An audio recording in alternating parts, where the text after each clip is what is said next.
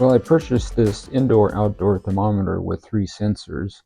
I'm going to put one in the refrigerator in the van, and the other 2 are going to be on the outside in close to important areas like the water tank, probably for one, and then the other one will be used for the outdoor temperature. That way I'll have an idea of what the temperature is during colder days when we're traveling. And for the refrigerator, to make sure that it keeps the temperature where we want it at. The nice thing about this one here, you get the whole thing with indoor outdoor thermometer with 3 sensors. Comes with the USB cable for adjustable brightness, high, low, and off. That means that if you use the USB cable and keep it plugged in, you can uh, adjust the brightness of the main screen. So let's take a look at it. There's one sensor. There's the other sensor, USB cable. And we got another sensor here. We got 3 sensors, and then we have the display, indoor display one. And you can set alerts on this for high and low. It has 3 different alert systems for each of the sensors, so that'll be nice for outdoor temperatures as well as refrigerator. It's very useful for situations where you want to control the temperature. Be a little more monitorable on the temperatures. Does not come with batteries, so you do need to purchase 3 of the AAA batteries for the main unit, and then you need 6 AA batteries for the remotes, 2 in each one. Batteries would go right in here.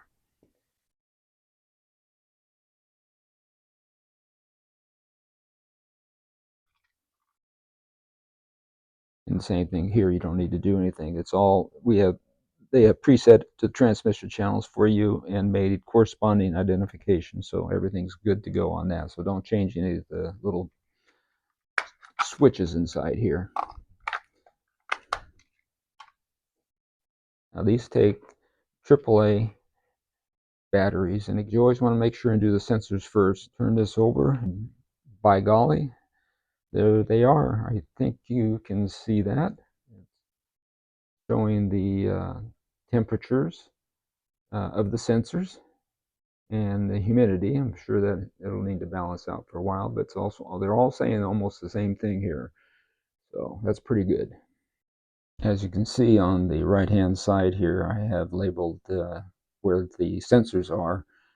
This one up here is the refrigerator, and the middle one is outside temperature, and the lower one I had put down where the water pump was. See the difference in the temperature range from indoor to outdoor, putting it next to the water pump so I know how cold it gets. This top part up here, apparently this has a light switch just to see if it works, and there it is. I turned it on. They're going to go into the off position, probably about 15 seconds. The instructions are pretty simple on this unit. You have the buttons on the back side here, and up here you have your alerts for your 3 different channels, and then you have the up and down arrows to make those changes to what you want as far as minimum and high. You can also do that with humidity. So in order to do this, you would push the button and then move the arrows up and down. You would press the alert button you want to set for at least 2 seconds, and then use the up and down arrows on the back side to adjust the temperatures. This is the high temperature one that I'm adjusting down. Then you would go ahead and press the alert button again to get to your minimum temperature you want to set on there, and then you would go to press that alert button again to select the humidity so that you can adjust the humidity. You can also press the memory button here, which will show you the highs and lows for a 24-hour period. It resets itself every 24 hours. So by pushing the memory button there, you would be able to see the highs and lows. So I use a command hook mounted to the wall. That's on the main unit here. It was too small, so I had to file it down and kind of pound it down a little bit. It's okay. I had to add a little piece of Velcro down here at the bottom so that would push up against it and then keep it from wobbling around. I hope it will stay in place, but just put it on like that, and then the Velcro is in the back, so once it's on there it's not going to come off that much, but so I had a little piece of Velcro right there, and I'm going to push it up against that way keep it from wobbling around too much. It's not going to come off, but there it is.